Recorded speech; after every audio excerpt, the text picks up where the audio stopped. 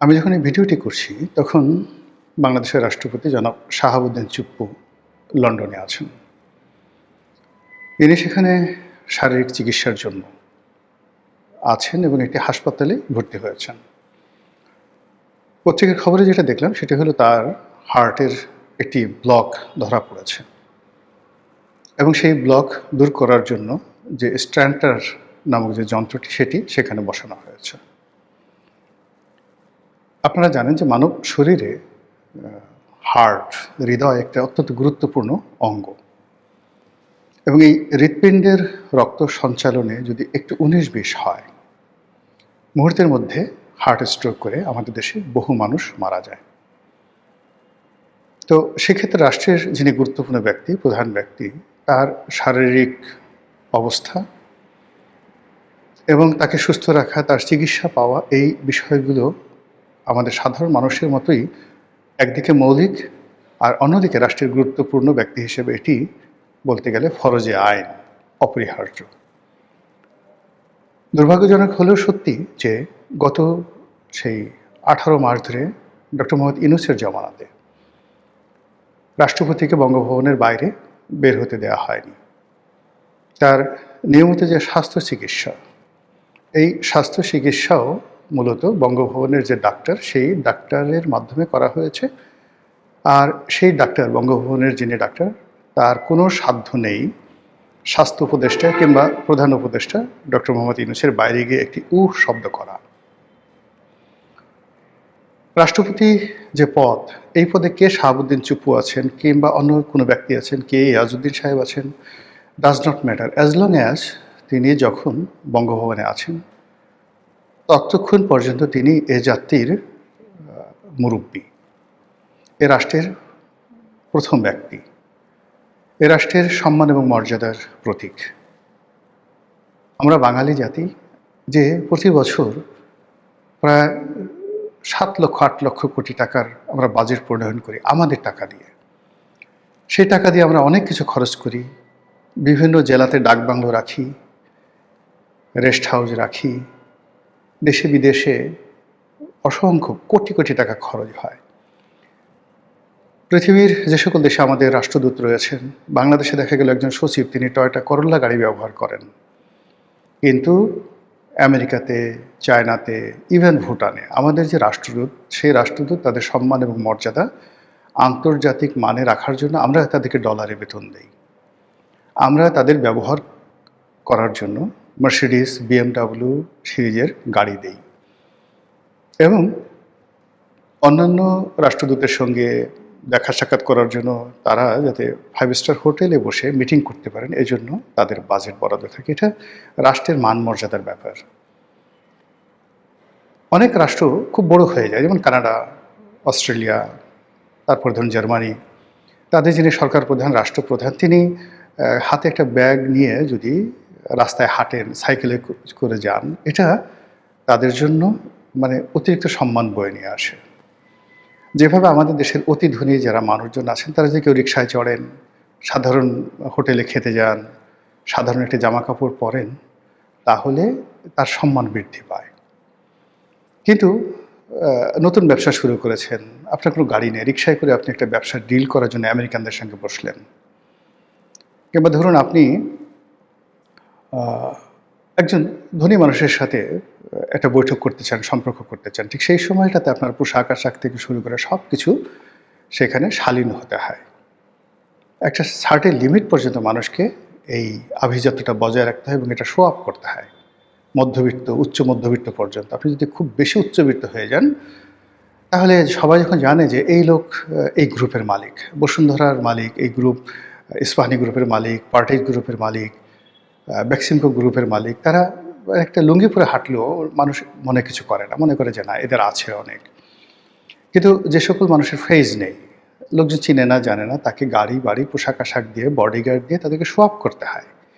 তো তদ্রূপ বাংলাদেশের মতো একটা রাষ্ট্র, সেই রাষ্ট্রের যিনি প্রধানমন্ত্রী হবেন, সেই রাষ্ট্রের যিনি রাষ্ট্রপতি হবেন, সচিব হবেন, এবং বিদেশের সঙ্গে যখন তাদের কোনো বৈঠক হবে, সেখানে আমাদের দেশকে রিপ্রেজেন্ট করার জন্য আসলে ওই ধরনের শিক্ষা দীক্ষা, পোশাক পরিচ্ছদ, আভিজাত্য সব কিছু দরকার।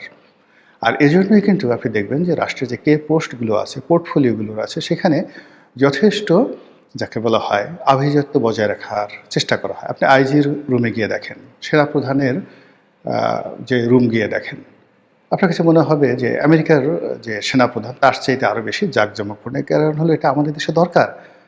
আদারওয়াইজ লোকজন বিদেশে যারা আছে তারা পাত্তা দেবে না। তো সেই অর্থে আমাদের বঙ্গভবন, আমাদের গণভবনে আমরা সাজসজ্জা করি। আমাদের এখানে অনেক খরচ হয়।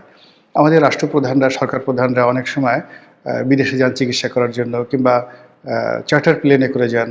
এগুলো নিয়ে অনেক আলোচনা হয়, সমালোচনা হয়। আমরা শুধুমাত্র পশ্চিমা দেশের সঙ্গে তুলনা করি, কিন্তু আমরা এটা চিন্তা করি না যে বিদেশের মাটিতে বাংলাদেশের যে রাষ্ট্রপ্রধান, সরকার প্রধান, সেক্রেটারি, নাগরিক, বাংলাদেশের পাসপোর্ট, সেখানে তারা কীভাবে এগুলোকে মূল্যায়ন করে, এটা আমরা বিচার বিশ্লেষণ করি না। তো কাজেই আমি মনে করি যে আমাদের এই দেশটি একটা উন্নত পর্যায়ে না হওয়া পর্যন্ত রাষ্ট্রের যে কে পোস্টগুলো আছে সেখানে এই আভিজাত্যগুলো দরকার রয়েছে। এগুলো যাতে আরও শানিত হয়, এদের মান মর্যাদা আরও যাতে বাড়ে, এই জন্য এই পদগুলোতে রাষ্ট্রপতি, প্রধানমন্ত্রী, সেখানে ভালো লোক নিয়োগ করা উচিত, জ্ঞানী লোক নিয়োগ করা উচিত, সম্মানিত লোক নিয়োগ করা উচিত। দিস ইজ প্রথম।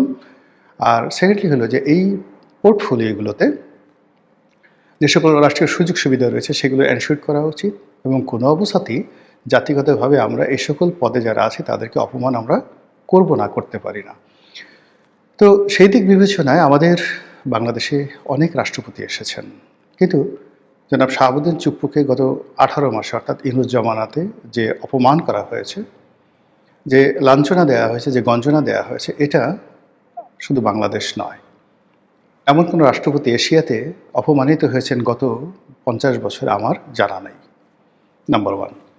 নাম্বার 2 হলো যে এই ভদ্রলোকটা একেবারে যেনতেন লোক না।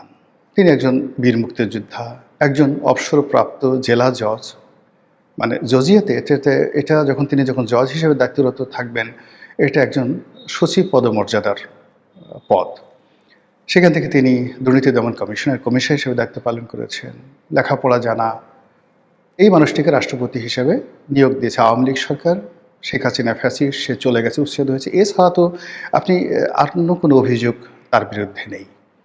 এখন তাকে আপনার পছন্দ নয়, আপনি তাকে জেলে নিতে চান, তাকে পদচ্যুত করেন, তাকে জেলে নিয়ে যান, কিন্তু অ্যাজ লং অ্যাজ আপনি যতক্ষণ পর্যন্ত তাকে রেখেছেন স্বপদে, তাকে তো মর্যাদা দিতে হবে, অসম্মান করা যাবে না।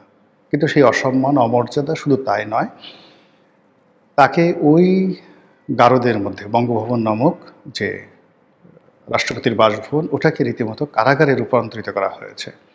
সেই কারাগারের মধ্যে ঢুকিয়ে যে প্রেশার দেওয়া হয়েছে, যে চাপ দেওয়া হয়েছে, যে তাপ দেওয়া হয়েছে, এতে করে এই লোকটি সেখানে হার্ট স্ট্রোক করে তিনি মারা যেতে পারতেন, এবং তার চিকিৎসা দরকার। এটা আমরা অনেক সময় ঠাট্টা করেছি, মস্কারা করেছি। ইভেন এইবারে যখন তিনি লন্ডনে যাচ্ছিলেন, অনেক মানুষ বলার চেষ্টা করছে যে কেন তার এখানে যাওয়ার দরকার, তো তিনি তো এখানে এই কাজগুলো করতে পারতেন। এখন আমাদের বাংলাদেশে যে সমস্যা হয়ে গেল কি, বাংলাদেশের ডাক্তারদের মধ্যে, হাসপাতালদের মধ্যে যে কি বলবো, এটা দলবাজি এমন অবস্থা হয়ে গেছে যে একটা নির্দিষ্ট পর্যায়ে এসে মানুষের বিশ্বাস থাকে না। যেমন বেগম জিয়ার অসুখ ছিল, এখন তিনি তার পছন্দের, যেমন এভার কেয়ারে তাকে চিকিৎসা দেওয়া হয়েছে, তিনি ঢাকা মেডিকেল সবচেয়ে বেস্ট ফ্যাসিলিটিস, সেখানে তিনি নিতে রাজি ছিলেন না। এভার কেয়ারের চেয়ে ঢাকা মেডিকেলের ফ্যাসিলিটিস অনেক অনেক বেশি। যারা ডাক্তার আছেন তাদের যোগ্যতাও সীমাহীন। কিন্তু ওই যে বেগম জিয়ার একটা ভয় ছিল যে যদি সেই আওয়ামী লীগের কোনো ডাক্তার থাকে এবং সে চিকিৎসার নামে সেখানে অপচিকিৎসা করে, তো এই যে একটা ভয় এবং আতঙ্ক, এটা যখনই কোনো একটা মানুষ সর্বোচ্চ পর্যায়ে পৌঁছে যায় এবং তার যখন নিরাপত্তার প্রয়োজন হয়, তখন এই জিনিসগুলো তার মধ্যে এসে যায়। তো এই সমস্ত কারণে কি হলো, আমাদের দেশের বড় বড় মানুষ যারা আছে, যাদের মনে হয় যে তাদের অনেক শত্রু রয়েছে এবং তারা অসুস্থ হয়ে গেলে, হাসপাতালে রটিতে গেলে তার শত্রুরা এই সুযোগ নিতে পারে, এই ভয় সাধারণ মানুষের নেই, আপনার আমার নেই। কিন্তু যারা মন্ত্রী আছেন, এমপি আছেন, বড় বড় এমপি, আবার জানাতেন এমপি না, বড় বড় এমপি, যাদের অনেক শত্রু আছে, বড় বড় ব্যবসায়ী আছে, ইভেন তার অফিসে যেমন দেখা গেল 1000 কোটি টাকার ব্যবসা, তার পার্টনার আছে, তাকে মেরে ফেলতে চায়, তখন সে করে কি, সিঙ্গাপুর চলে যায়, অন্য একটা দেশে চলে যায়, যেখানে তার একটা বিশ্বাস থাকে যে এখানে যে অস্ত্রোপচারের যে অস্ত্র, সেখানে বিষ মাখানোর সাধ্য স্বয়ং রাষ্ট্রপ্রধান বা সরকার প্রধানও নাই, like Singapore, like Bangkok, like USA, like UK, এই সমস্ত দেশে। ফলে এই যে আমাদের দেশের বিভিন্ন মানুষ বিভিন্ন দেশে যায়, এটার কতগুলো মনস্তাত্ত্বিক বিষয় রয়েছে। চিকিৎসা একটা মনস্তাত্ত্বিক বিষয়। তো সেদিক থেকে রাষ্ট্রপতি যখন ইংল্যান্ডে গেলেন, তখন সবাই ঠাট্টা করেছেন, মস্করা করেছেন যে কী দরকার ছিল একটা আবর্জনাকে টানার, শেখ হাসিনার একটা আবর্জনা, সেটাকে আমরা এখনও মাথায় করে ঘুরছি। কিন্তু যখন সেখানে চিকিৎসা করার পরে দেখা গেল যে ইংল্যান্ডের হাসপাতালে তার হার্টে ব্লক ধরা পড়েছে, এবং সেই হার্টের ব্লক নিয়েই তিনি এতদিন এই দুর্বিষহ জীবনযাপন করছেন বঙ্গভবনের মধ্যে।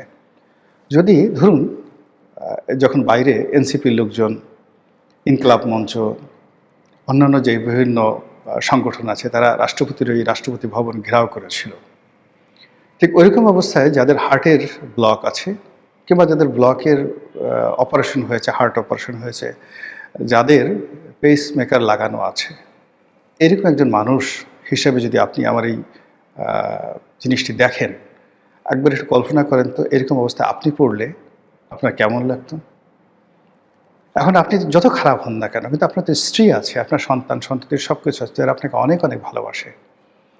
তো কাজেই এই যে ভালোবাসার যে মানুষগুলো আছে, সেই ভালোবাসার মানুষগুলোকে যদি আপনাকে আশ্রয় দিতে হয়, প্রশ্রয় দিতে হয়, সেই ভালোবাসার মানুষজন আপনার অবর্তমান আপনাকে নিয়ে কাঁদবে।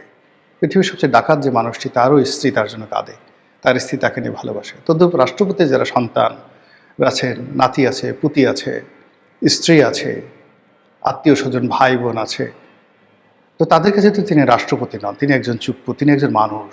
সেই মানুষটি সেই বুকের ব্যথা নিয়ে, ব্যামো নিয়ে এই 2 বছর যাবৎ সে কার্যত বন্দি অবস্থায় ছিল ইউনূস সাহেবের জমানাতে। এখন এটা কি তার নিয়তির ফল বলবেন?